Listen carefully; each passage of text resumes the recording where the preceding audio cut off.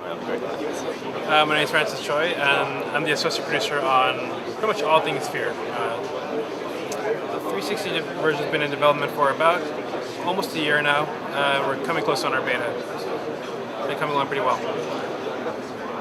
We've been finding on the 360 that it's a really powerful machine, and we're able to transfer all the polygons over, all the polygons for all the models over. We haven't lost any texture resolution. If anything, we've added HDR lighting to the game, and so it looks even more beautiful than on the PC. We've added, an exclusive level to F.E.A.R. So if you played through F.E.A.R, you ever ask yourself, what happened here? Our bonus mission actually answers that question.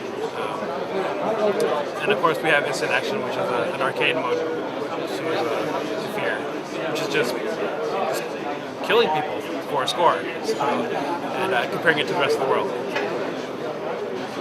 Now the story of F.E.A.R pretty much starts with you playing as a new member of the unit called F.E.A.R, which is a government organization similar to the X-Files but more military-based. And what your unit does is investigate the paranormal events of the world. So if something strange, kind of spooky happens, that's when your unit's called in.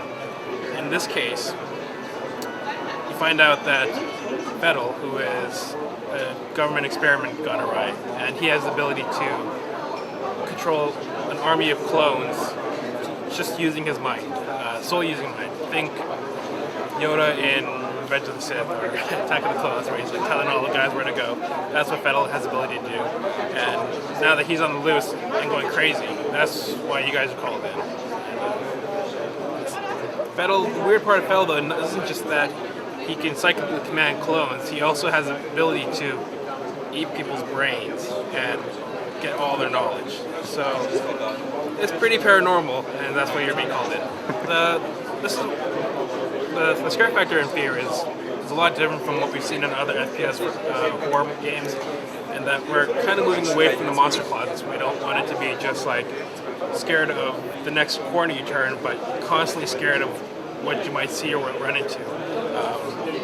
One of the most predominant figures is the little girl Alma, who's an 8-year-old girl in a red dress running around, and you wonder what's she doing with all these guys. There's gunfire, there's craziness, and there's a little 8-year-old girl just skipping along. And that's who's not afraid of an 8-year-old girl. But we try to change the way we're doing scare factor by always keeping you on the seat of your chair, raising the hair on the back of your neck. Much more the theater of the mind approach rather than in-your-face monsters. In that sense, it's worked very well, and it actually has been responded to pretty well, as being much scarier than the monster closet approach that other games do. We run a constant focus group tests. We had QA constantly telling us, and of course, there's also the production people. Essentially, if we're scared, we try to get a constant report back, and we try to measure how the flow is going throughout the game.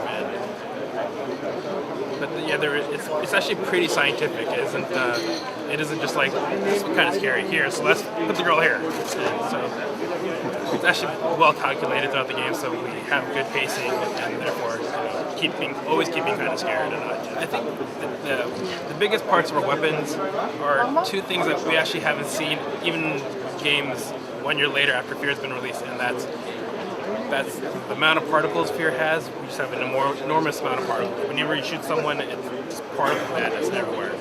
And the other thing is the way our hit reactions are in our game.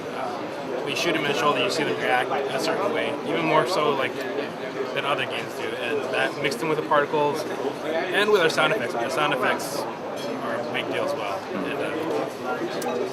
And just those three combined, making it feel really heavy and not just like a pea shooter. Yeah, it's just really satisfying.